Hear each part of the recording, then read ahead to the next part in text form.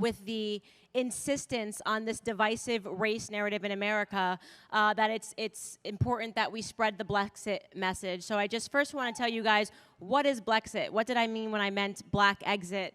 There's been a lot of media portrayals of what started this movement, and it couldn't come more direct from my heart, meaning that I started this movement because in 2015, I didn't care about politics at all. I didn't really care much about all of the debates that were going on in the media. But I started realizing that increasingly the media was sort of insisting on this narrative that the only black American that was worth giving a platform to was somebody that was angry, somebody that was divisive, and somebody that believed that this country is a horrible, backwards, racist, irredeemable place. And it started to make me also realize that when I looked at the portrayal of black Americans on TV, it was a similar echo, meaning that the type of black Americans that were being given platforms and that were being given shows were so far from the type of shows and black Americans that I grew up with. When I grew up, we were watching The Cosby Show, we were watching Will Smith and The Fresh Prince of Bel-Air, we were watching The Winslows and Family Matters. These wonderful, wonderful shows that were at the end of the day about family, right? It was all about family. It was setting our goals in our minds in a way that was so positive and so inspiring, meaning these were doctors, these are Dr. Huxtables, the families were together. It wasn't about, strife and angst. And then I looked up today and I said, wow, what's the #1 black show on TV? And at that time, it was Love and Hip Hop. I think it still is. Very short amount of time, and we've gone from the Winslows to Love and Hip Hop, right?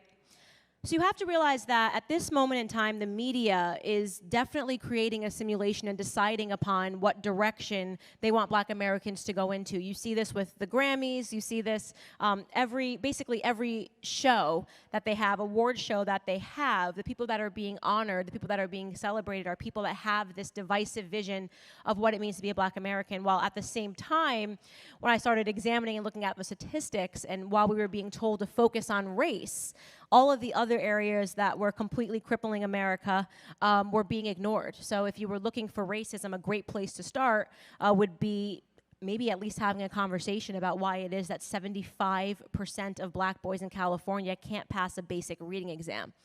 What is happening in our education system?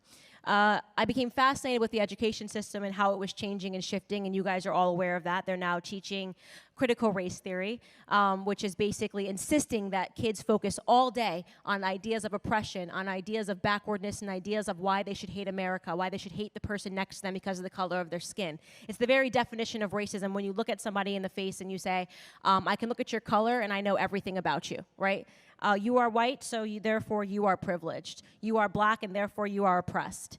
I don't think every black person is oppressed. I'm certain Malia and Sasha Obama are not oppressed, right?